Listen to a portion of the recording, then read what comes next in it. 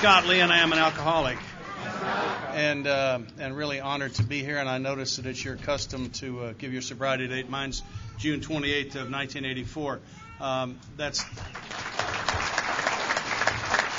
I had to remember to do that in Tennessee. We don't do that. I don't.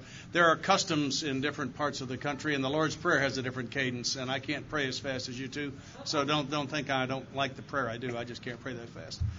And I'd like to thank everyone who was involved. John, who chaired the committee, and Kim, our old friend, and John and Lorraine for taking such great care of us. I have asked Tim, and thanks Tim, to get a note off to my home group about how I should be treated. They're not getting it, and I'd like to take a little inventory here before I start. Can I see the hands of the people here, AA members who are sober a year or less? Who's under a year? Wow. Okay. Welcome. Wow. Thank you for coming, and what an honor it is to speak to you. And also congratulations to whoever required you to be here. I assume that's why you came. That's why I did things like that when I was new. I'd also like to honor the Al-Anons. Can I see the show of hands of the Al-Anons, please? Thank you for coming. I'm always honored by your presence. I couldn't have the fabulous life that I have today if my wife didn't have a Dynamite Al-Anon program. And those of you who are fortunate enough to be here this morning heard about that. And I like to open my talks with a quotation from Lois Wilson, co-founder of Al-Anon, her on the far left. Was asked one time what she did in the moment of silence, and she said, I invite God to the meeting. And it's not that I don't believe God's here. I believe God's here. But I get a special gift when I stop and honor that presence. And so in a minute, I'm going to ask for a moment of silence. I'm going to ask everybody, if you would, to invite your God to join us. My great mentor, who never sponsored me, but I learned so much from, he told me that he had learned to treat God like a gentleman. Gentlemen don't go where they're not invited, and they don't stay where they're not made welcome. And so it's my job, I believe, each morning to invite him in to run my life. Not give me some help, and I'll take it from here. But, I always want to be God's coach. Big fella, take a knee. And give him a set of instructions and sort of coach him, really. And anyway, maybe talk about that a little bit later and how well that worked for me. And I found God's very difficult to train. I don't know why, but anyway. If you're new and you don't have a God, you got one you're afraid of, or something is not working for you, borrow mine for this time we're together. And I actually mean that. I heard another one of my teachers do that a long time ago. This is page 46 in the text. I'm going to do just a little bit out of the big book. I love this thing. It changed my life. It says it was impossible for any of us to fully define or comprehend that power which is God. And so I think when we talk in steps 3 and 11 about God as you understand Him, we aren't saying I'm going to understand God. Ms. Linda says if God were small enough for me to understand, He wouldn't be big enough to handle the things I'm going to need for Him to handle. And I think that might be right. So what we're saying is I don't have to believe what anybody else ever told me about God. So if you got one that's not working for you, borrow mine for this time. You can address Him as the God of Scott's limited understanding. Get you off on the right foot. And the other thing that I do in the moment of silence is I ask God to help me not judge any of the speakers. Now, you don't have to do that. But it's certainly made meetings better for me everywhere. So whatever you need to do is okay with me. Yeah. Let's take a couple of minutes and invite God to join us.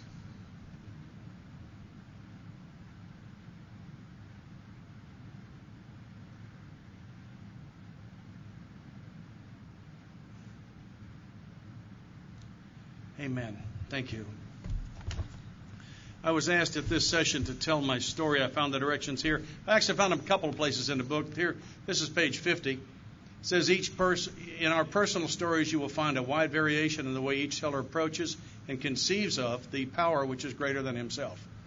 Now, I didn't begin my life in a search for a power greater than myself. I began as a victim of the delusion that I could wrest satisfaction and happiness out of this world if only I managed well. You recognize that? It's on page 61. It says that I'm such a poor observer that I still at times believe if I can get what I want, it will make me happy. Isn't that insane? Isn't that absolutely insane when I look at the evidence? By the way, I didn't fly in from Nashville, Tennessee to talk to you. I'll come to talk with you. All right? Play with me. It'll be more fun for everybody. All right? So we're going to do a show of hands on this first portion here. All right? Who, when you were a child, wanted a bike? You were certain if you could get a bike, you'd be happy. And you got a bike. Let's see them.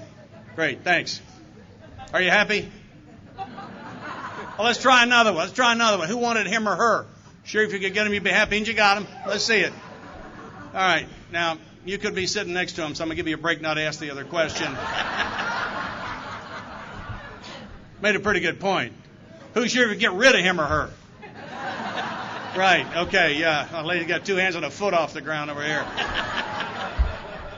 Yeah. Sometimes like trying to throw a cat out of a rowboat, isn't it? I mean, some things are just harder to let go of than others.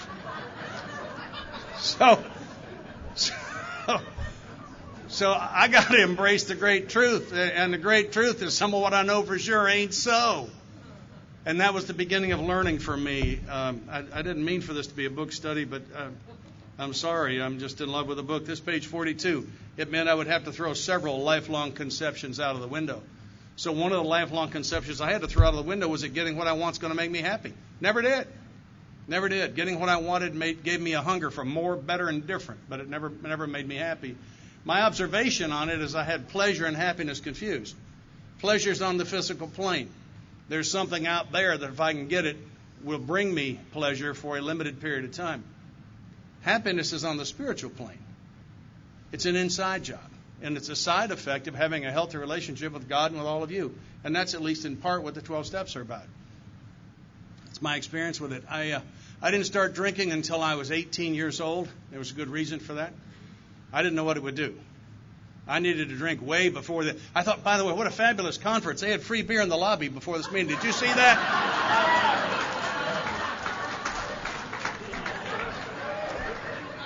I mean, we are not forcing you to stay here, okay?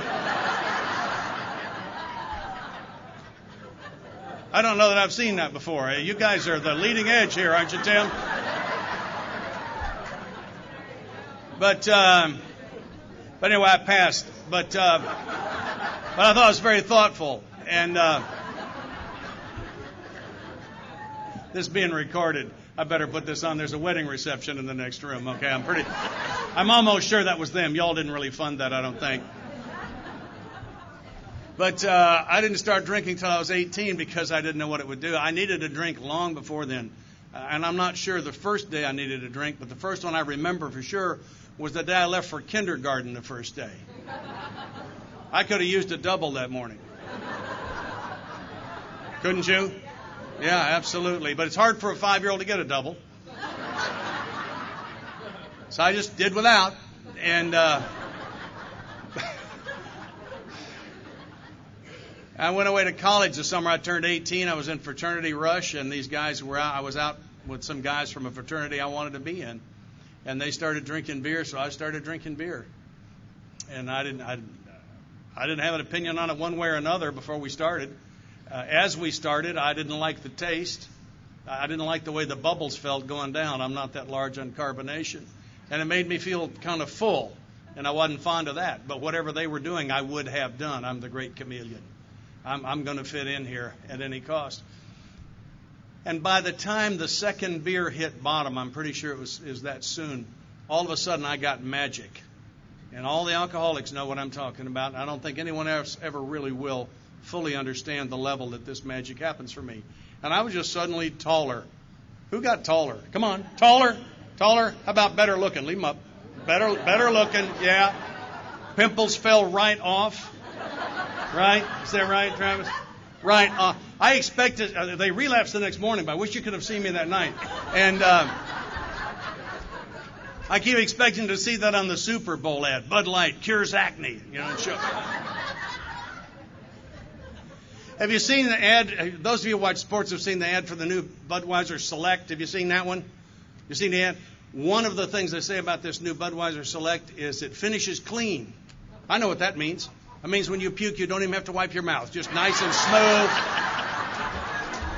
So those of you who are new or wondering what finishes clean means, now you know. You won't have to go find out. Okay? Taller, better looking, and I was suddenly a pretty fabulous dancer. Any dancers? Some dancers? Yeah, with this one should get everybody. expert on many subjects. Just all of a sudden, just new stuff, right? Just new stuff. Oh man, that was so good. And and all of a sudden I could talk to the girls too. I got lubricated lips. And the amazing thing was that y'all want to hear what I had to say. Changed you. 2 beers. Changed you.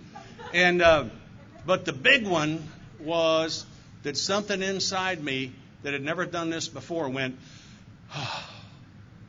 and it was just okay to be Scott. Never had been. I believe I would have traded with anybody. And I don't know how, but sometime when I was a very small boy, and it predates my memory, I became convinced that I'm not as good as everybody else. There's things wrong with me that can't be repaired. And I became an actor as a very small boy. And my act was that I'm going to pretend to be the guy that I think you want me to be. And use whoever's in front of me right this second. Which means I'm a different guy to everybody. At the end of my drinking, I got a customer in Morristown, Tennessee. He's a very serious religious guy. Knows me as a pretty serious religious guy. Got a customer in Knoxville as a Friday night party guy. Knows me as a Friday night party guy. All right, I got business partners. I know a business partner guy. I got the boys in the pool room on 8th Avenue South where I buy my dope and drink my beer. They know that guy. And I got neighbors and I got family. And everybody knows a different Scott. And the greatest fear in my life was that people from different segments of my life would be at the same place, same time. How am I going to act? And when I get to you, I have been acting so long that I really have no idea who I am. I have no idea who I am. All I know for sure is that if you see through this mask I'm holding up, you won't want me around because I'm defective. And a bunch of together people like you wouldn't have a defective model like me around if you could get out of it. That's all I know for sure when I get here. And I chased that booze hard. I zipped through a 4-year college and 5 years and 2 summer schools. Come on. I know you're here. Thank you. Thank you. Yeah. Yeah, and the Hawaiian shirt. Yeah, for sure. And I like Terry, joined the United States Air Force. I went to Air Force pilot training. We flew the Cessna 172 for about 6 weeks. We flew the T-37s, a twin-engine jet trainer, about 300-mile-an-hour airplane, for about 4.5 months, and we moved to the T-38. And although you may not know it, everyone here is familiar with that airplane because everybody saw the movie Top Gun. It's one of the best-selling movies of all time. Everybody saw it. And at the beginning and end of the movie, they had the dogfight with the MiGs. Well, the Russian government didn't loan Hollywood any MiGs. Didn't happen. That airplane that they called a MiG is the Air Force's advanced jet trainer. It still is today. And they were brand new when I was flying them, absolutely brand new. It's a high-performance airplane. That means it has afterburning jet engines. It will fly faster than the speed of sound. It has a roll rate of 720 degrees a second.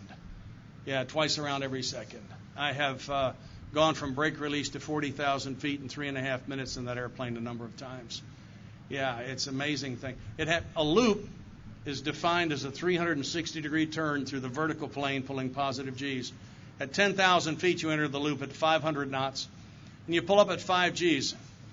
I want to tell you what that means. You're pulling 1 G right now. It's force of gravity. That's what that means. At 1 G, a 200-pound man weighs 200 pounds. At 5 Gs, a 200-pound man weighs 1,000 pounds. That's what that means. It means everything on you now weighs times 5. And you'll be quite aware of that as your upper eyelids now weigh 5 times what they used to weigh. And you struggle to keep it open. All right? 10,000 feet, 500 knots, 5 Gs. We're wings level inverted at 20. We lose 8,000 feet coming down the backside. Total elapsed time on the maneuver is under 25 seconds. Yeah. They don't have that right at the fair. Don't worry about it. They don't have that one. Guys like me doze off on roller coasters. This is really, so we ought to get one of those. And I tell you that about the airplane for 2 reasons. The first one, of course, is to impress you. Anybody? Mine's up. I'm up on that. Yeah. And the second one is because it tells the story of my alcoholism so well. I come down I've flown the airplane all day. 5:30 in the afternoon, we're finished.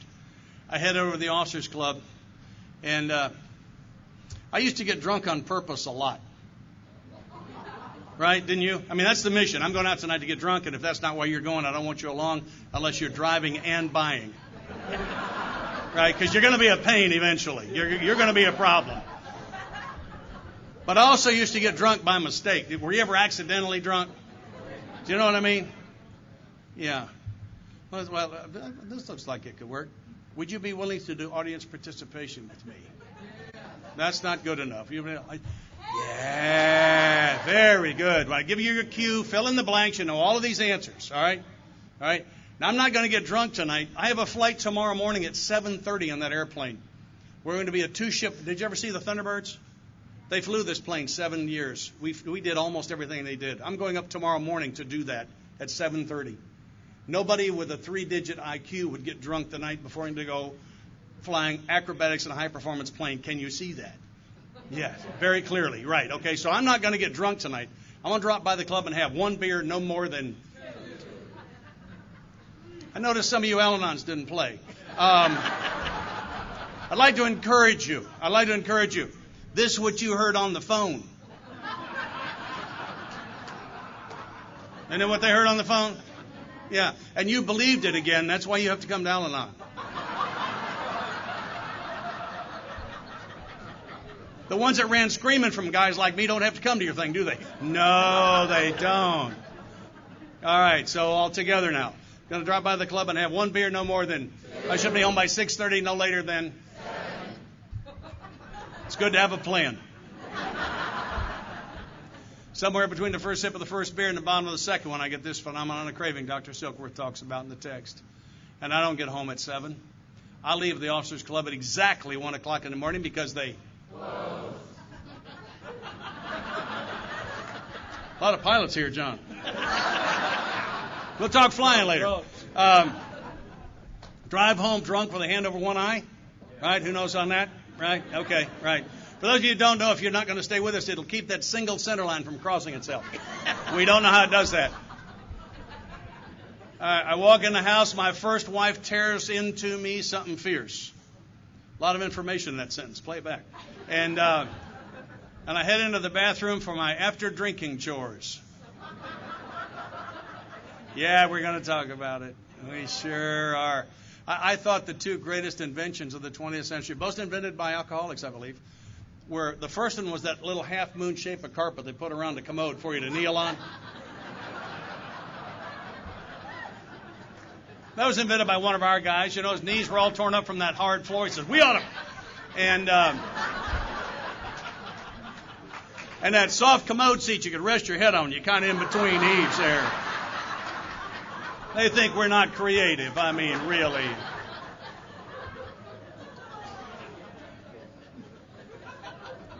Okay. All right, let's find you. Where are the pukers? Come on, even once. Let's see them nice and high. Very good. Thank you. How about nose pukers? Ever come out your nose? Yes. Oh, no, darling. Yes. One of the things that, for those of you who don't know, one of the things that the nose pukers all have in common is they quit forever when they're puking out their nose. Every time. That's one of the automatics. Who quit solemn oath on the Bible in front of witnesses? Okay, that's pretty good. All right. Who peed in the closet? Who did? Did you? I never did that. I'm so embarrassed for you. Oh, that's awful. I don't believe I'd have told that. Yeah, there's a big difference between sharing in a meeting and a fist step. You might want to talk to your sponsor about that. That's pretty awful. Golly, I never did that. That's terrible. And I will admit my first wife is still mad about that antique coffee table that used to be in the living room. All right, I'll give you that. Who's taking meetings into correctional facilities? Come on, and keep them up for a second. Yeah, wow. For anybody else, if you're having trouble with depression, get with one of these people and take a meeting into the joint. It will break a depression faster than anything else there is. And I guarantee it won't harm your recovery. And there are a lot of things that will. But taking a meeting into the jail won't. Just do it once and see what happens. I had an experience about 10 years ago. I'm sitting in a little restaurant in Nashville having lunch, and a fellow walks up to my table. He says, "You don't remember me, do you?" And I said, "No, I don't. If I should, I apologize, but I don't know you." He says, "You come into a prison a few years ago and you spoke, and I heard you and I believed you. And I'm doing what you said. I'm never going to be incarcerated again in my whole life, and I'd like to thank you for my freedom. And I'm overpaid for the rest of my life." Yeah.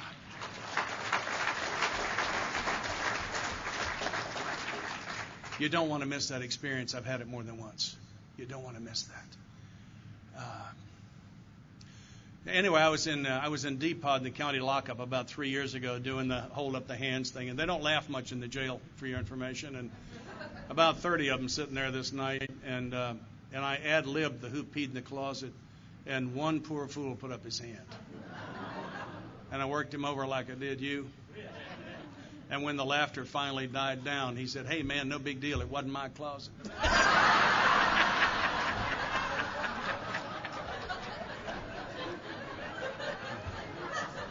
It's a perspective thing. Don't go tell your neighbor how funny that is. They won't get it. Yeah, that's how we spot the earthlings that sneak into our meetings. They don't know when to laugh. Right? So I'm in there puking on my toenails, quitting forever, and I would pray. I call it. It's not in the literature. Okay, I'm just playing, but I think it's true. I call it the pre-AA prayer. We're going to pray it together. I'm going to do the first line. You're going to do the second. Are you ready? God, get me out of this.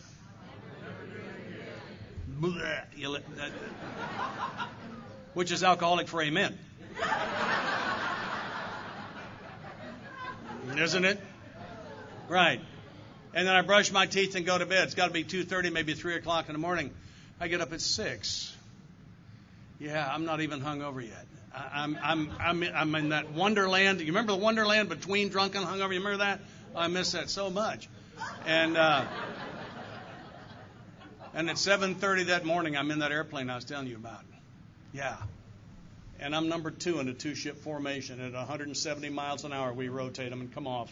And as the gear's coming up, I come up under the leader's tail. And if his afterburner was right there, my instructor would be in the back seat screaming at me to get up close to him. I'm about halfway to where I ought to be in formation. And we're going to be going over the top, pulling 5 Gs. And I'm dying. I am dying. I have, I call it the Force 5 hangover. It's the one where the butcher knife came in here at an angle, went out the back. Do you remember that one? And the eyelids are made out of sandpaper. And I got a trimmer in both hands. I'm sweating booze out of every pore. My throat and nasal passages are raw. And I'm dying. And I'm also tight on the leader flying the mission. What I just described for you is willpower. I believe alcoholics have tremendous willpower. It's no defense against this disease of ours, but boy, we got plenty of it. And the only thing that keeps me going is a sure and certain knowledge that I'll never feel this way in a plane again, because you see, last night I quit forever, and I meant it with all my heart. Didn't you? I just realized that a couple of years ago, that literally several thousand times that I quit forever, I meant it every time. Meant it every time. Couldn't make it stick. By 5 o'clock that afternoon, 5:30, I'm not well yet, but my body's resilient. I'm a young man. I tell you one thing I know for sure, I ain't getting drunk tonight. No chance at all. But I do want to socialize with the other pots in my squadron. I think I'll drop by the club and have one beer, no more than. I should be home by 6:30, no later than. But I'll leave the club at exactly 1 because and I drive home drunk and I listen to her and I puke my guts out and God get me out of this. There's an amen in the front row. Yes, sir. That's a fine amen. Yes, sir. Over and over and over. And I can't look into the past all the way to yesterday and say, wow, weren't you dying of a hangover yesterday when we released brakes? And every day last week and every day last month. And I was powerless over alcohol, and I was ignorant of the fact that I was powerless over alcohol. I was to fly for 5 years for the United States Air Force. I'm a distinguished graduate from Air Force pilot training. There were 4 in my class of 50.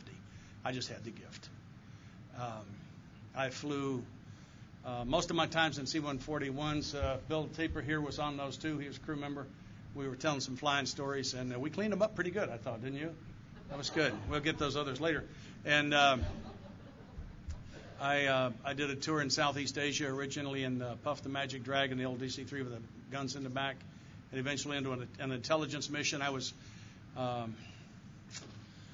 drunk in the Phuket Officers Club, South Vietnam, one night, drinking tequila. You ever drink tequila? Yeah, probably shouldn't be doing that, or at least I shouldn't. For me, tequila's traveling juice. Get to drinking tequila, need to be someplace else. Need to be there right now. And I woke up someplace else. You ever wake up someplace else? Yeah, well, I woke up someplace else. And fortunately enough, I was still on the airbase, and I found collected my stuff. I was still in my flight suit. Got into my boots and my sunglasses and my hat. I walk about 6 o'clock in the morning. I walk across this airbase, a couple of miles. I passed, I would guess, 15 or 20 enlisted guys. I was a captain by this time. I passed them one or two at a time. They all saluted. They had these funny expressions on their face, and I thought, how can these enlisted guys know that I was an idiot in the officers' club last night already? I cannot figure this out. And I walk into my trailer, and I walk into the bathroom, look in the mirror. I'm missing the lens out of one side of my sunglasses, and I don't know it.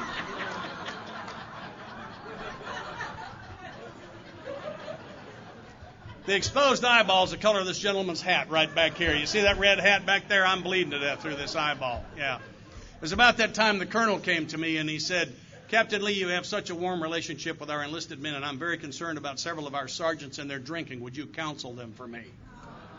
I'm not making this up. And so one morning with a pretty serious hangover, I counseled 3 sergeants on their drinking, and I hope it helped them. I really do. I was eventually flying a mission that was very, very highly classified mission, and at 4 o'clock one morning I was so drunk taxiing out that I taxied it off the pavement off into the weeds. And maybe some of you have had that experience with other types of vehicles.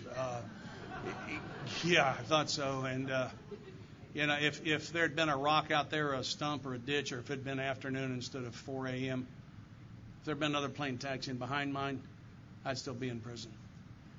The Air Force didn't have any alcoholism in 1967. It would have been bad. Anyway, I used to sit in cockpits and say to other pilots, I can't even believe that they pay us to do this. It was so good. I wanted to fly. My earliest memories are wanting to fly. And after 5 years, I resigned my commission and walked away. I was under no pressure whatsoever. They were working me hard to make me stay. But I walked away from my dream. Alcoholism took my dream away.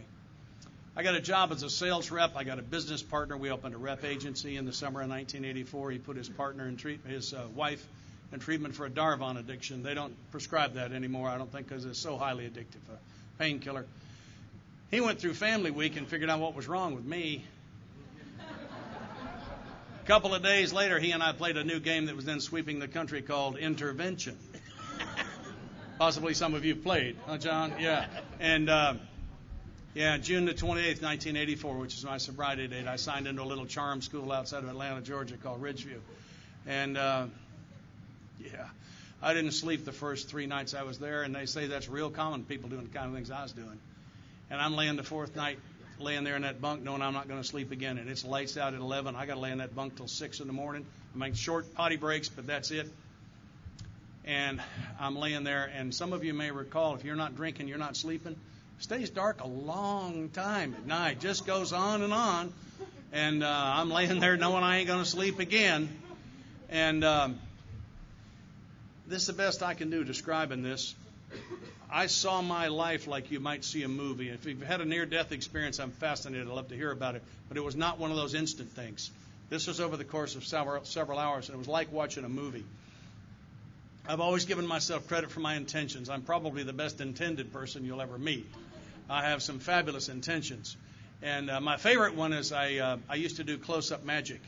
And I was going to get a clown suit, and one of these days when I was on the road, instead of running the saloons, I was going to put on the clown suit and take my magic kit into a children's hospital and do a show for the kids. I think everybody here would say, take a fabulous guy. I haven't done it yet, by the way. Take a really fabulous guy to do this. And, one of these days, our 3rd step talks about a decision. For me, the difference between an intention and a decision is that intentions followed by more intentions. A decision is followed by action. That's the difference. That's how you can tell them apart. And this night, I'm laying there in this bunk, and the intentions are gone. It's not a pretty story without them. And I got to the place where I began to think about the worst thing I've ever done. I have one stands alone. And I'd always been able to stop it. 3 fast scotches will do that. A 6-pack will take that away. I know how to turn that off. Not laying in a bunk in a treatment center, I don't. And I reached what for me was bottom. And bottom for me is not, I don't find the definition in the literature. This is my experience with it. Bottom isn't on the physical plane. I know men serving long prison sentences as a direct result of alcoholism that are not at bottom. I have thrown up blood. I have been in plenty of kinds of trouble. It's not bottom. Not at all. Bottom's in here. Bottom's when I hate myself. I'm so repulsed by what I've done that I pay any price at all for relief from that.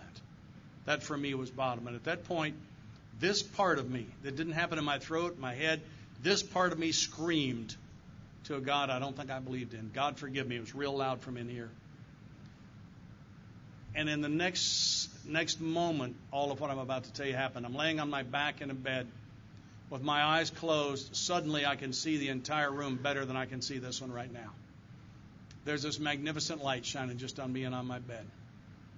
Physically, there was a sensation very similar to when you've had x-rays taken of your teeth, and when they finished, they picked that lead apron up off of you. It's what it felt like, that something I was unaware of, very heavy, was laying on my body, and it flew off of me very fast. It felt like I was going to float off the bed.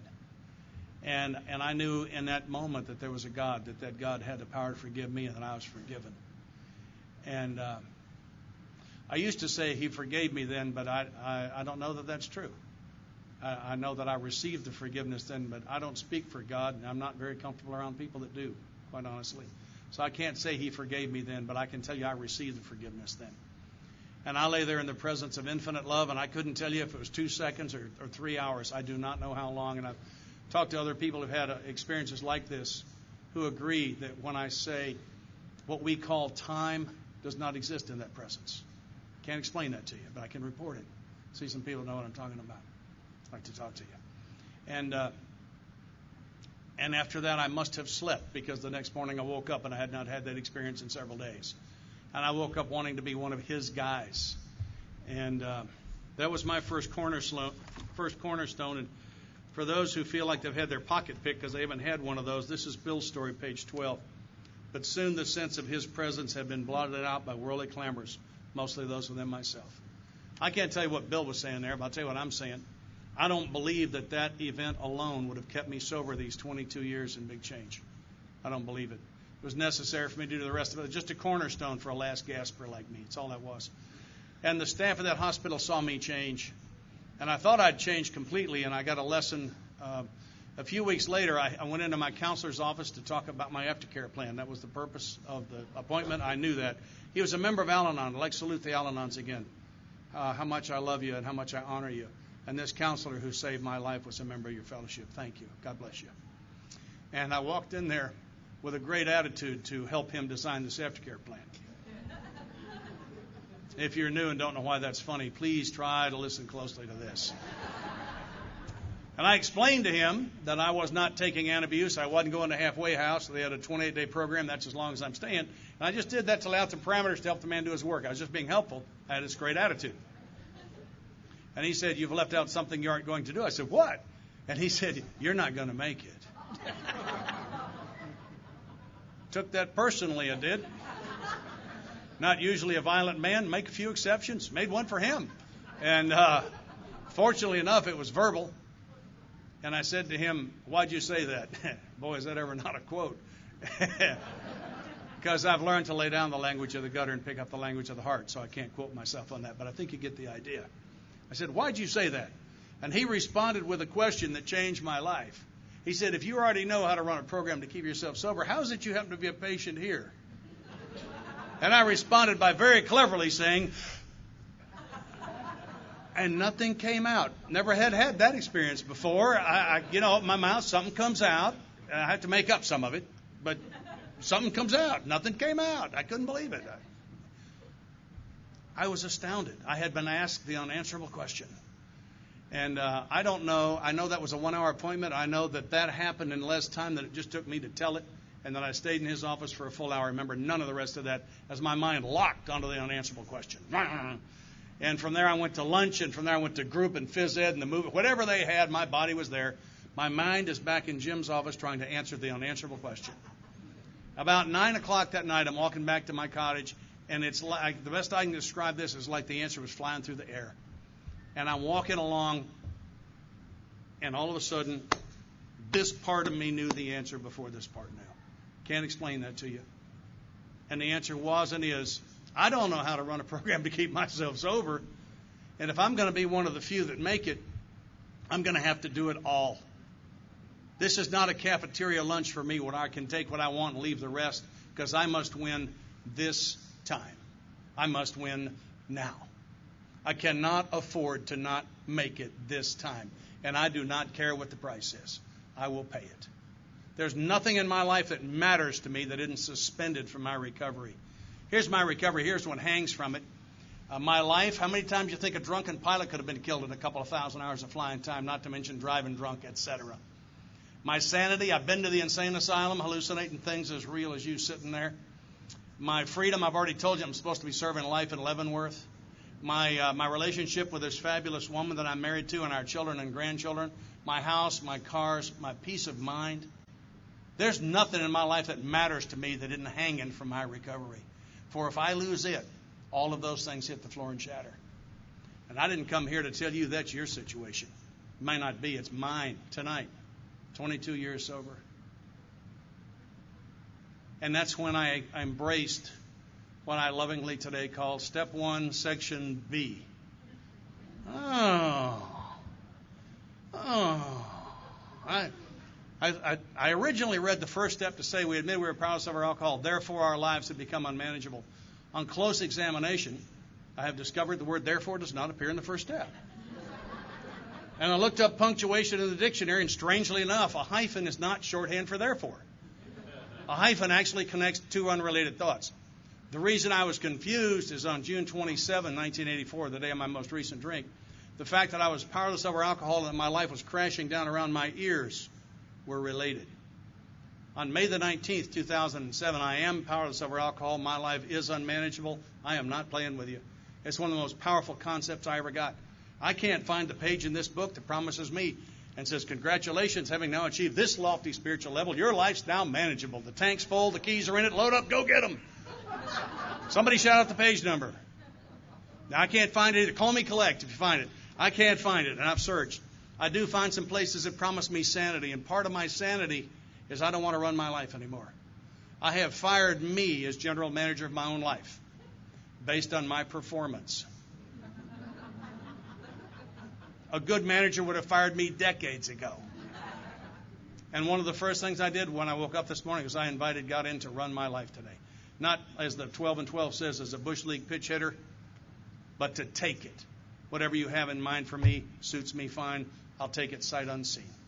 And I think that's what that third step prayer says. One of my mentors calls it the formal terms of surrender. It doesn't say give me some help and I'll take it from here. It doesn't say get me out of this and I will fill in the blank, or get me out of this and I'll never again fill in the blank. It says take me. And I don't care what the package is. I can't stand mine anymore. I don't want what I want anymore. I was getting what I wanted when I qualified to come here with you nice people. There's serious doubt as to how much more I could survive of what I want. It was killing me. And so I want what he wants me to have. I don't know what it is. I know how to get it. And that's by doing what's in this book and walking with you and the magic words today. And that was where I embraced that.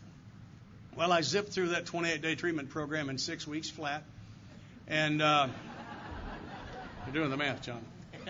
And got back to Nashville, Tennessee, where the only person I knew in the entire city that was in recovery was one of my customers, and I didn't want him to know. For those of you who don't recognize that, that's newcomer thinking, terminal case. I will die from this soon if I don't get some help with it. And I set out to follow the aftercare plan. They said stay away from your old playmates and playgrounds. My favorite watering hole in Nashville was on 8th Avenue South. I had a 2-year chip in my pocket the next time my car turned onto 8th Avenue South. I went over 2 years without being on that street.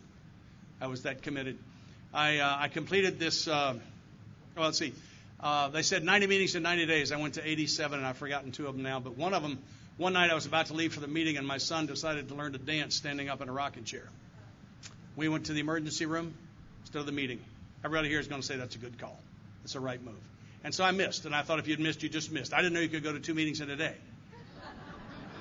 Because I've got newcomer thinking that's probably going to kill me soon if I don't get some help with it. I completed this psychobabble thing that they alleged was the 4th step, and I've cleaned up my language, and so I can't tell you what I think about that thing. I'd like to recommend the actual 4th step, very cleverly concealed in this book. Strangely enough. And one of the easiest steps we have.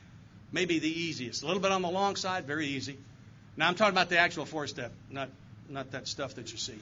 I find it to be a series of lists, observations, and prayers. It is my experience that it is the observations and prayers that are life-changing. I don't think the writing part of step 4 has any effect at all. At least I've never seen it. I hope you know what I'm talking about. I hope you find out if you don't. The forgiveness process is contained in step 4, and it's not about writing. Powerful thing. But anyway, I completed this psychobabble multiple choice, fill in the blanks. One of the questions, do you still hate your mother? That kind of stuff. And I called down to the treatment center to Bernie. Now, he hadn't been my counselor, but the reason he was a counselor there, and I had asked him to hear my fifth step while I was still a patient, because you could look at him and tell he was stoned out of his mind. And I thought he would be a good one to do my fifth step with, because I had this big white light experience, and I'm going to have to do it. And I chose him because, you know what it looks like when somebody's stoned. He's got a dumb grin. His face is real relaxed. When he moves very slowly. You know what it looks like. Thought, I'm going to take my fifth step with this junkie. 2 weeks later, is he going to know what I said? He probably won't even know if we did it. So I thought he was a good choice. Called out. He said, sure. I drove about 4 hours and did my fifth step with Bernie, which is where I began to get relief. And if you're new to AA and the steps look like they're designed to punish you, welcome to AA. That's how they look to us, and we were wrong about that, and you are too. And because that's where I began to get relief. If I'd been working with a real sponsor, that'd be one who's already done this, and allowing him to take me through the steps out of here, I'd have been getting relief long before then. Because that's what the steps do, is they bring me relief. I think there are only two things on the planet that treat alcoholism. One's drinking alcohol, and the other one's doing these 12 steps. Anyway, I completed that with him, and I started to feel better. And by the way, Bernie was not stoned. Bernie was sober over 20 years. That was serenity. I didn't know what it looked like.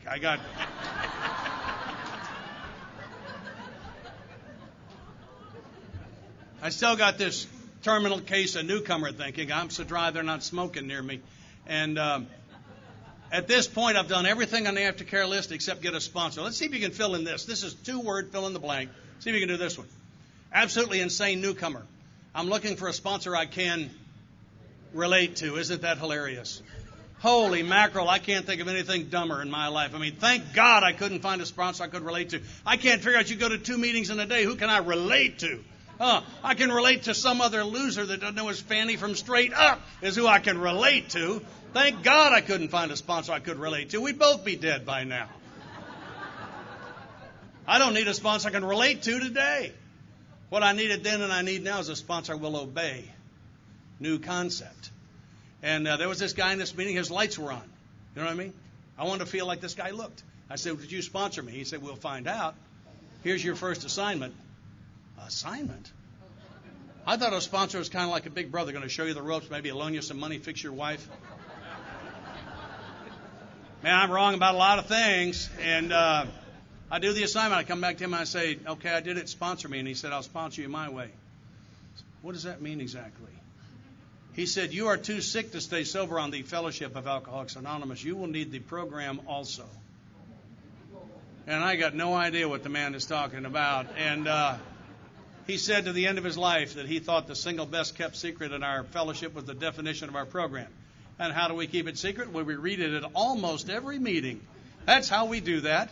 It's on page 59 in the most read, least listened to portion of all of our literature, where it says immediately before step 1, here are the steps we took, which are suggested as a no steps, no program.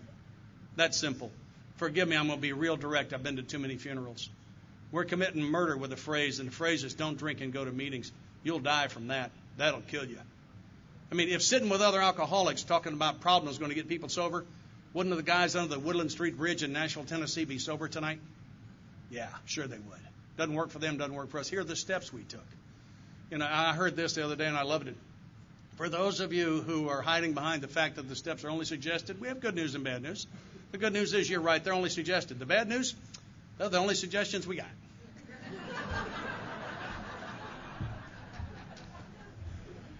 And he said, you're going to do the 12 steps at the pace I set, the way I lay them out, or I'm going to drop you. He scared me, but not enough. I said, why? My trump card. Why? And I'm never looking for an answer. When I say why, I'm looking for a fight, just like you, right? He said, I don't answer why questions for the men I sponsor. The reason is step 1, section B says you're not in management. Why is a management question. Consequently, all the why questions have the same answer. The answer is you don't need to know. I hated that. Today I love it. It's one of my cornerstones. But back then I hated it because I thought it was not knowing that made me crazy. It was needing to know that was making me crazy. Yeah, I was the problem. Imagine that. I said, why do I have to do the 12 steps? He said, that's the only why question I'll ever answer for you. Here's your answer. He said, think of yourself as a garbage can. Okay, Jerry, I got that. He says, what we're going to do with these steps is we're going to dump you out.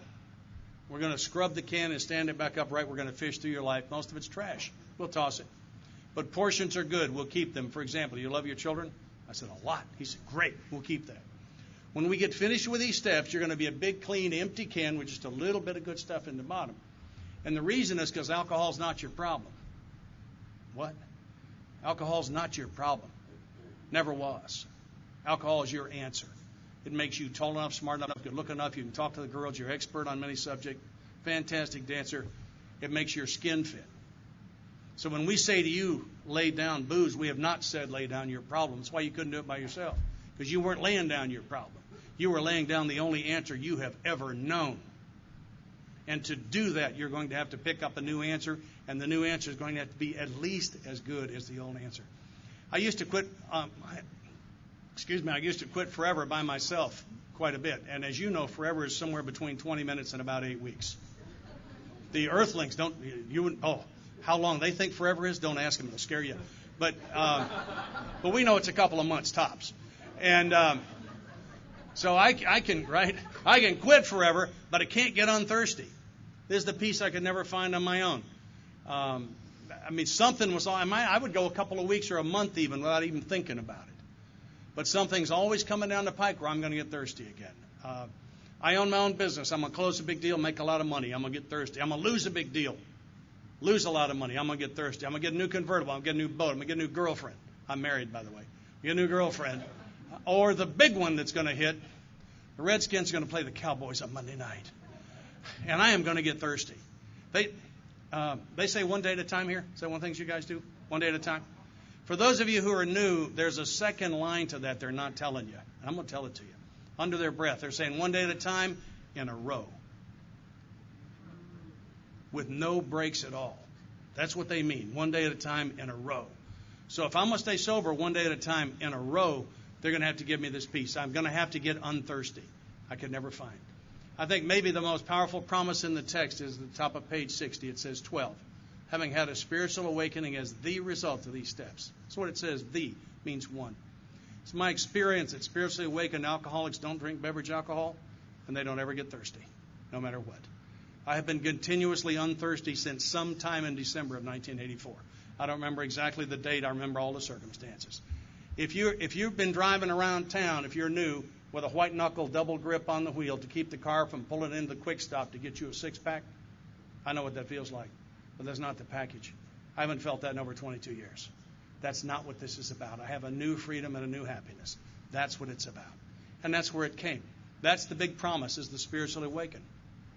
Anyway, and he said, when we get through with this, you're going to be a big, clean, empty can with just a little good stuff in the bottom. He said, because one of these days something heavy is just going to slam into your heart. He said, your father's going to die, and on that day, if you don't have that big, empty, clean can to store that pain in while we love you back to spiritual health, you'll escape. And the only escapes you know are killing you and devastating everyone around you. And I ran out of why. And I allowed the man to coach me through the 12 steps. And I've had a spiritual awakening as the result. And I've been rendered unthirsty. And it's been important for me to stay active and continue to do these things. I have personally never yet seen anyone in and out of the program. Haven't seen the first one. I've seen quite a few in and out of the fellowship. But at my home group, they say hanging around a few AA meetings won't anymore get you into recovery than moving into the garage will turn you into a 57 Chevy. It's not going to happen. I have not ever seen anyone do the steps out of this book while being coached by a sponsor who's already done them out of this book and stay active and drink again. Has anybody seen that? I didn't think so. I've asked that question to about 100,000 AA members since I started speaking at conferences. I've only seen 5 hands. I asked them to come talk to me. 4 didn't. One lady came to me about 6 years ago and said she had seen someone who'd done that. I said, who'd done everything out of the book with a sponsor who'd already done it. She said, well, he never did a 4-step. I said, well, pardon me, ma'am. I'm going to have to discount that. So this is not some people get it and some don't. This is some do it and some don't. It appears to me that we as a group tonight stand by the first line in chapter 5. Rarely have we seen a person fail who has thoroughly followed our path. Forward to the 3rd edition says the path is the 12 steps. It's that simple. So I allowed the man to coach me through the steps, and it changed my life. And I'm going to tell you a horror story. This is a tough one. It has a happy ending. Grab that. On sometime in the wee hours of July the 4th of 1993, my precious daughter fired a pistol into her mouth. I found her, we don't know how much later, several hours later. We rushed to Vanderbilt Hospital. Within 20 minutes, there were 20 or 30 of you in that hospital. By dark, it looked just like this. They tell me there was well over 200. I don't know how long that went on. I'll tell you this. For the first 4 days that we were there, they told us that they could not save her. And I didn't say may not. They said, we cannot save this little girl. 4 days is a very, very long time. And now she's conscious. And she's a nightmare to look at. She's got tubes stuck all in her. She can't talk. She can squeeze your hand once for yes and twice for no. She does not want to die anymore. And 4 days is a long time. I believe if I had not allowed that man to coach me through those 12 steps, if I had not had that empty, clean space to store that pain in, because he said that's what I was going to need it for. If I hadn't had that clean space to store that in, while you love me back to spiritual health, the story would not have the happy ending that it does. I would have committed first-degree murder, I believe, sometime within the next few days there.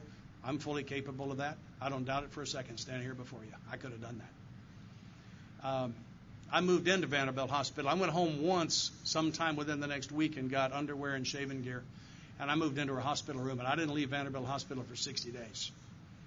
I'd like to tell you who you are, because there are new people here who don't know who you are yet. I'm going to tell you who you are. I learned it from the Al-Anons. Trust the actions, not the words. I saw who you are because I saw what you did. I like your words. I trust your actions. Let me tell you what you did. You put a 24-hour watch on me for 60 days. There was not a time for the next 60 days, 24 hours a day, there wasn't a member of my home group as least as close as I am to Terry here in the front row. 24 hours a day, 7 days a week you were there. Not to keep me from drinking. They never even talked about that. So one of my people to be there to hold me if I needed to cry at 4 o'clock in the morning. One of my people to be there to hold me. That's why you did that. You can pretend to care. You cannot pretend to show up. You showed up. Saw what you did. Know who you are. I had learned to cry when I was sober about a year.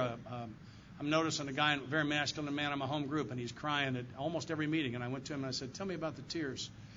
And he said, somebody says something beautiful and I weep and it feels so good. And I said, I can't cry. He said, I will teach you. And he did.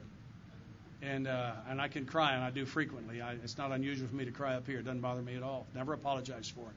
I've learned to be real. I hope you like me. I'm okay if you don't. So I didn't have that when I got here, because if you didn't like the act, there was nothing, because I thought I was trash. And I was just wrong about that. And there may be people that now that disrespect me because I'm a man that cries. I hope not. I hope not. But I'm okay if you do. God bless you. And it's one of my great pleasures to teach people to cry. And I need to warn you guys, if you start crying at appropriate times and places, you'll attract a lot of very healthy females. So I've warned you, don't call me and complain about this, all right? I don't want to hear it. And by the way, if you're married, don't worry about it. Healthy females aren't going to damage your marriage. They're not a problem, okay? If you'd like to learn to cry, see me later. I typed it up. I got a handout right over here on the corner of this table. I mean that. I'm deadly serious about it. And I thought when I started doing this, I thought it'd be like 99% men. It's about 60% men. I'm astounded at how many women can't cry. Anyway, it was necessary for me to become real, because I don't think the act gets sober. I had to get in touch with me, and I'm a very masculine man who's in touch with his emotions. That's just who I am. I'm comfortable in my own skin. I didn't have that when I got here. My daughter and her husband presented us with our first granddaughter back in July. She's doing fantastic. She sends you love. It's absolutely unbelievable.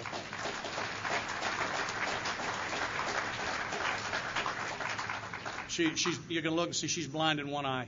You can see that. It's the only thing wrong with her. And the doctors will tell you today they didn't do it and it ain't possible. You know what happened.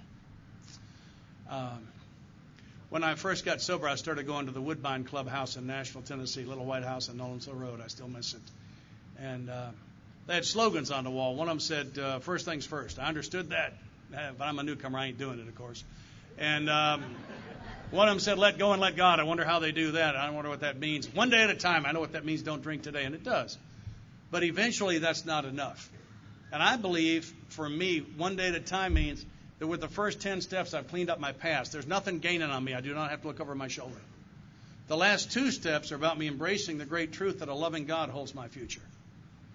We got a good friend in Nashville says he spends too much time in his head trying to clear away the wreckage of his future. Yeah. Okay, so guilty as charged. That one hit a little slow, but it hit. Okay, and so the past is clean. A loving God holds the future. Those 2 facts combine to free me to live one day at a time in this day. If I don't have both of those in place, I can't be here. And I think that's in part what the 12 steps are about. But one of the slogans on the wall, the only one I was doing, you know which one that was? Think. Oh, yeah. And man, have I ever got that covered. And it's just for me, because I don't see that in the literature. They didn't define that anywhere. It actually came from IBM, I'm told. But for me, it says think. What that means to me is that 3 thinks is the limit. Whatever it is, I can think about once is good, twice is good. I can think about it the 3rd time if I want to. But once I've thought about it the 3rd time, I must lay it down. For if I were going to outthink it, I would have outthunk it in 3 thinks. If I go to the 4th think, I got a problem with step 1, section B. I'm trying to manage it. That's right. And anything I'm upset about, I'm trying to manage. Automatic. From international politics to the way you drive your car, to the fact that this fabulous woman that I'm married to puts the toilet paper on the roll backwards. It should feed over the top, as I'm sure you know. Should feed right over the top. Thank you very much. I fixed the one in the men's room. It should feed right over.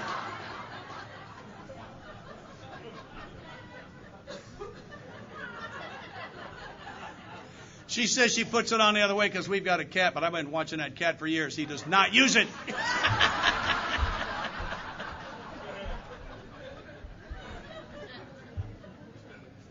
I want to brag on her for just a second, and this I hope not to hurt anybody's feelings, but I hope you'll think about it.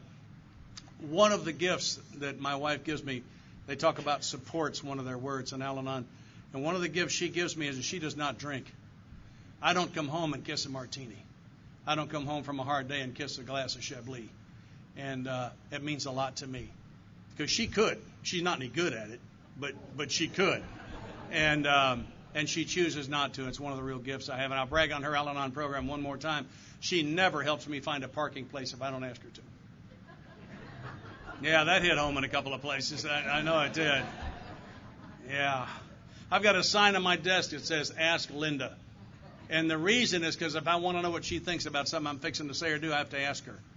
Because she's not working my case. I am not a husband in training. It is such a freeing thing. I talk a little bit about my experience with step 9. I walked out of a meeting one time, and a fellow whose sponsor I sponsor said, I disagree with something you said in the meeting. I'm always looking for people to disagree with me. By the way, if you disagree, I can't wait to hear from you. I won't try to sell you anything, but that's how I learn. And that happens to me doing this, and that'd be great. But anyway, what I had said in the meeting was that my amends to my children would never be complete. And he said, that's not right. He said, did you go to your children and tell them what you thought you'd done wrong? Did you ask them how you could repair the damage? Did you do what they said? Did you ask for their forgiveness? Did they give it? Excuse me. I said yes to all of that. He says, you're trying to be the best father you can be to them today is not 9-step work. It's 12. It's the principles in all your affairs. And if you think it's 9th-step work, you have not accepted their forgiveness or God's or your own, and you have work to do. And if your sponsor's got you living amends, it's good with me. I don't have a quarrel with that. I agree with your sponsor. But I don't find living amends in my big book. And I finished my 9th step with my children. My amends to them are complete. I'm still trying to be the best dad I can be because spiritually awakened people try to do that. It's 12-step work. And I got free. I came down off the cross that day. I've seen teenage and older children manipulating us into some pretty sick stuff under the banner of you were a lousy parent in the past. And I share that only because I got freer that day. And I share it. But if your sponsor disagrees with me, I agree with your sponsor. I believe that God blesses sponsorship. I really do. And I'm going to talk now for a couple of minutes about something that's kind of a hot topic. If you've done what I'm about to talk about and it's okay with you, it's okay with me. All right? Don't hear anything else in this. I'm sharing this only because I got free and because there are people in this room that need to get free. As a young man, I paid for an abortion. And that's what I was thinking about when I was laying in that hospital bed and my soul screamed for forgiveness and got it. I get to step 8, and it looks to me like I owe amends to an unborn child. And I don't think it can be done. This is page 83. Some people cannot be seen. We send them an honest letter. And I don't care if it's an unborn child, a grandparent, somebody that's gone. We serve a powerful God, gave us a powerful program, more powerful than everything I did, more powerful than everything that was done to me. I was an abused child. More powerful than all of that stuff. And I was shown how to write that letter. And my experience with that letter is, as the 4th step, although there's writing involved, isn't about writing. It's about observations and prayers. My experience with this letter is it is about tears. And it was, for me, the tears that were cleansing. I've had the privilege of working with a lot of people since I started talking about this in public. And if you have got a letter to write, I've learned some things about how to do that. It's on the back of this crying thing. I'm not kidding. And I'll be happy to talk to you. I got absolutely free. Nothing happens in here when I talk to you about that. I got absolutely free. And I believe that's available to everybody. 2 gifts from my home group. I don't have the power to make a mistake so ugly that God can't turn it into something magnificent. Probably just now using one of the worst things I ever did as a tool to help somebody else in this room. That's a powerful God. And the other one, God forgives me for everything I ever did, and He loved me while I was doing it. And my God got bigger the day that Don said that in my home group. And I believe that. And I'll say again, don't hear the political thing in that. If you've been involved in one of those, it's okay with you, it's okay with me. I shared it because there are people here that need to get free. And that's the only reason. I think that's what this whole thing that we do here is about. It's about getting free. I had an experience coming back, went to New Zealand one time. They got a beer down there they call Leopard Strong. I don't know about the leopard. And I got a snoot full of that stuff. And we came back from Christchurch, New Zealand to American Samoa. We took on fuel, and from Samoa to Hickam is about 8 hours. About halfway across, we get into the new fuel. It was contaminated. It had water in it. At 35,000 feet, it's minus 50 degrees centigrade, and it turns to ice, and it clogs the fuel lines and jet engines about that big compressor stall, kind of like a backfire, only it's a little bit more serious out over the water. And we come down into warmer air, and the engines run pretty good down here, but we don't have gas to make Hickam at this altitude because the jet engine's much more efficient at altitude. So we go back up, and the compressor stall. And the worst thing you can do for fuel mileage is this. And it looked to us for about 4 hours that afternoon like we were going to put a 4-engine jet into the Pacific Ocean. Many of us have had the experience of believing we were going to die in the next moment or two. And we've wrecked motorcycles. We've had head-ons with semis. We looked down the barrels of guns. Many of us have had that momentary, I'm going to die in the next second or two. I'll tell you right now, 4 hours is a long time to think you're going to die today. And the conversation in the cockpit was unbelievable.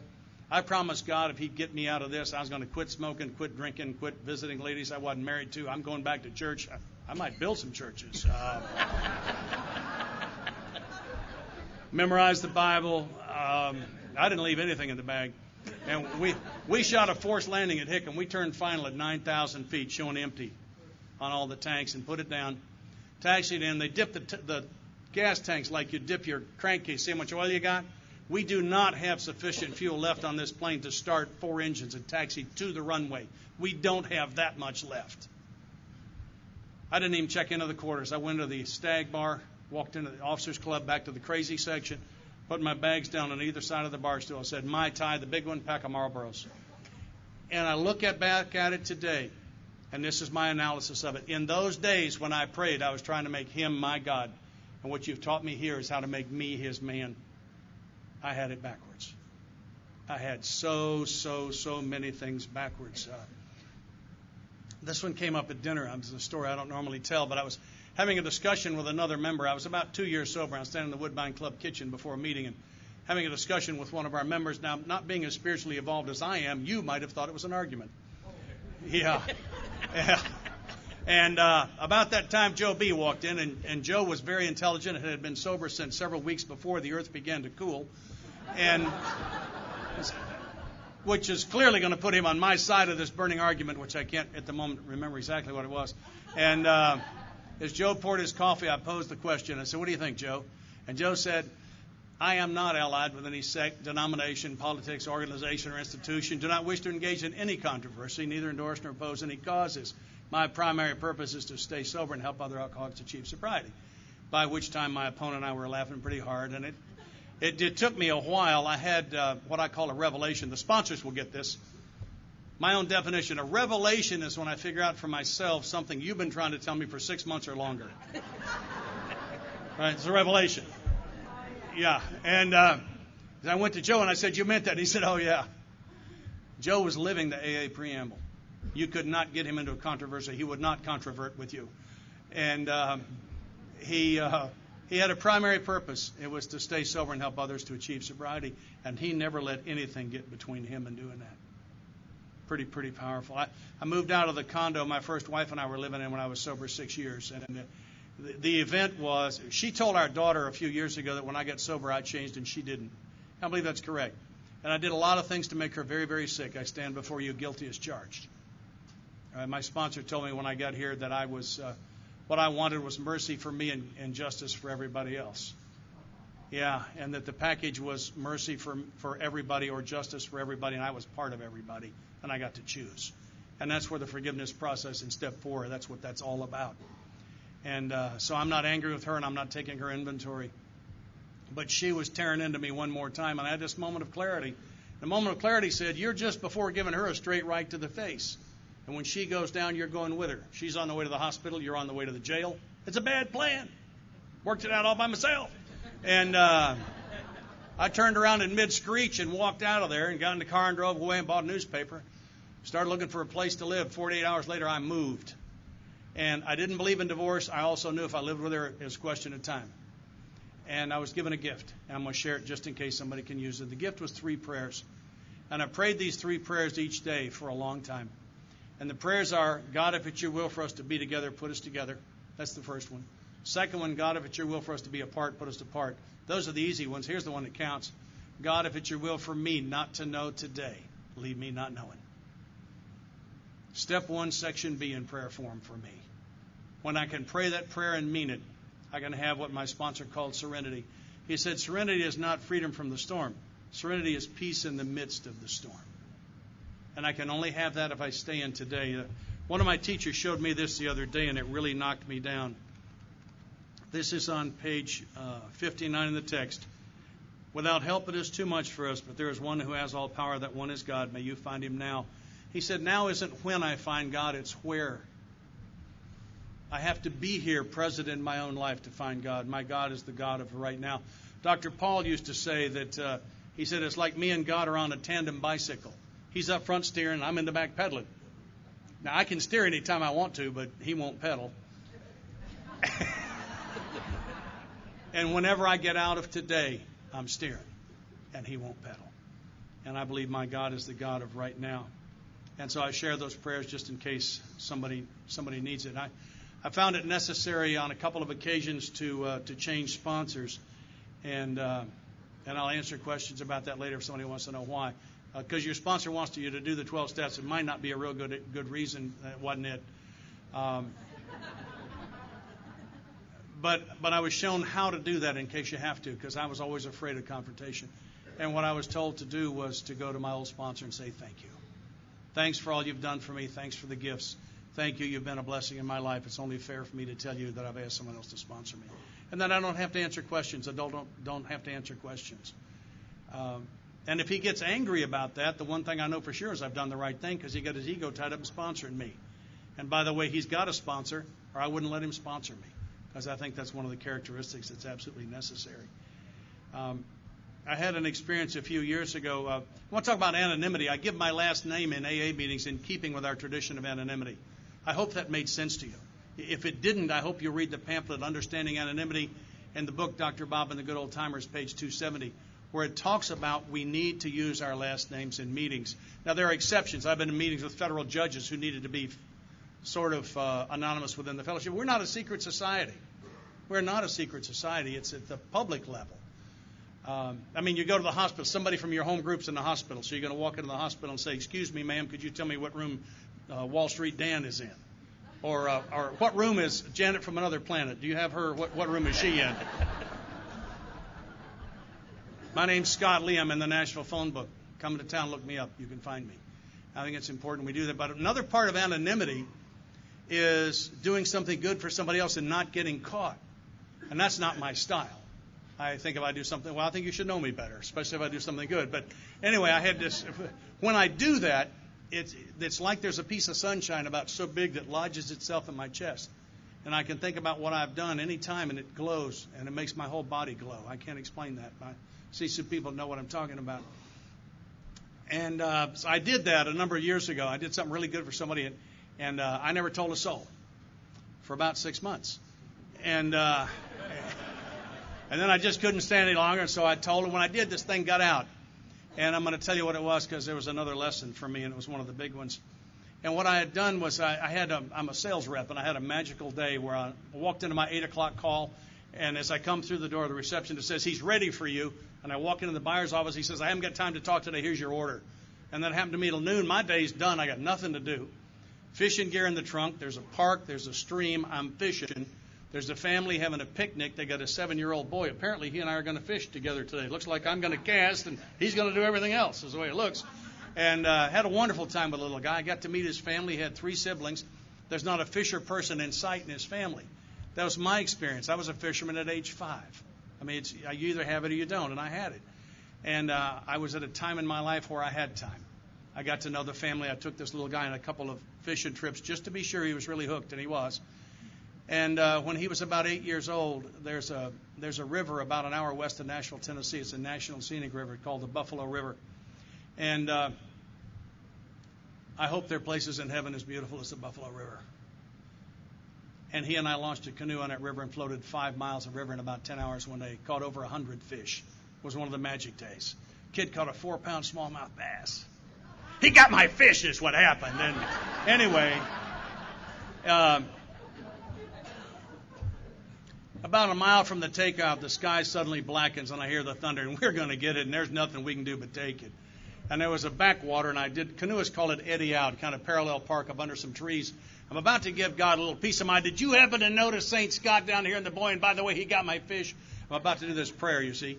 And about that time, this beautiful little guy looks over his shoulder at me, and he says, "Is it okay to fish here?" It was one of the great lessons in my life. Prayed the 3rd step prayer and I meant it. Prayed the 7th step prayer and I meant it. The rest of my life's none of my business. And I believe when the skies in my life blacken and I hear the thunder, that's the prayer I'm supposed to take to my Father. Is it okay to fish here? Because I think that's my assignment.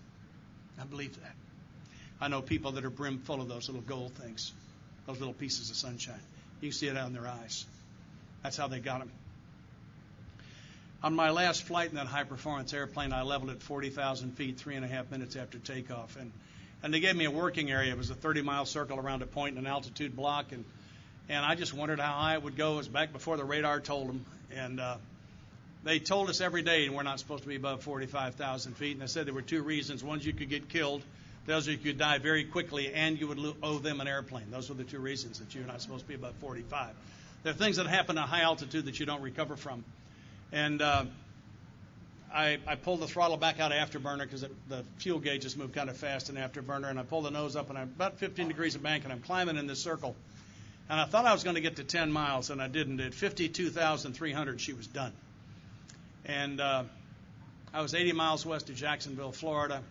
And I rolled out on a northerly heading, and this thing will not climb. I'm at 9/10 of the speed of sound in a high-performance plane. I can move the stick like this, and nothing happens. There's no air up there. And I looked for the first time. Sun's coming up over my right shoulder. It's about 9:30 on a clear morning. The sky above me is black at 52.3 on a clear morning. And I look out to the west and saw the curvature of the earth, and I didn't see it a little bit. I really saw it. This thing we're riding on is this magnificent blue ball just floating out in space. I believe it's held there by love, and I didn't see anything else. I sat and looked at eternity for a couple of minutes, about 2. The poem High Flight, the author says, I reached out my hand and touched the face of God. I did that day. It was like something warm had been poured over me. Magnificent experience. And I eased the throttles back and brought it down. And I didn't tell. I mean, I'm going to get court-martialed if they believe me. I don't tell them. And about I don't know, a number of years later, I was sober 5 years, and I spoke at an AA meeting, and I heard myself telling that story, and I didn't know why I was telling it. And I got to the end and figured it out. And of course, you know, it was my first spiritual experience. I just didn't know it. For over 30 years, I wanted to see the curvature of the earth again. 4 years ago, my little business had a pretty good year, and Miss Linda and I chartered a Learjet. And a Lear 31 will go to 51, and that's close enough. Alcoholism took away any chance my dreams had of coming true. Alcoholics Anonymous brought it all back. I serve a big God. I've learned to dream big. And I left out something I usually tell, and I was talking about my daughter shooting herself. I sponsor a guy whose son did not live, and it was under the worst possible circumstances. It was lead story on CNN for weeks, and emotionally he was gone a long time, but he stayed sober. He's carrying a 21-year chip now, and I have his permission to tell this to you. And this is what he says now. He says, one of these days you're going to have to go to the mountain all by yourself. If you have not done the work out of this book and you don't know how to reach up and take the Master's hand, you won't be able to go. I believe that's right. I believe he was right about that. And I stand before you in my stocking feet. I asked you to invite your God here, and I invited mine, and I could be standing here on holy ground. I've tried to hold that in my heart, and I have. And I thank you for that. And if you borrowed my God and you got touched, borrow him again. I'd like to thank him for coming. I believe he did. And I want to tell one more story. My great mentor is a fellow named Don from Denver, and he was terminal 3 years ago, Thanksgiving, when my wife and I spent the day with him. And I was finally able to ask him the question that has torn my guts up for the longest time. I've taken him impossible questions, and he has always had a fabulous answer. He's a very humble guy. And I finally asked him the big one. I said, Don, what are guys like Scott going to do when guys like Don are all gone? And he cupped his hands, and he looked at him, and he said, I have been bringing you hands full of water. Go to the river. He said it wasn't him, that he had access to a power and a wisdom far, far beyond his own. And go to the river. It is my prayer that I brought you tonight a few hands full of water, as Don brought them to me. And I want to close with what I think is the most important thing I've said tonight. Here are the steps we took, which are suggested as a program of recovery. God bless and keep you. Thanks.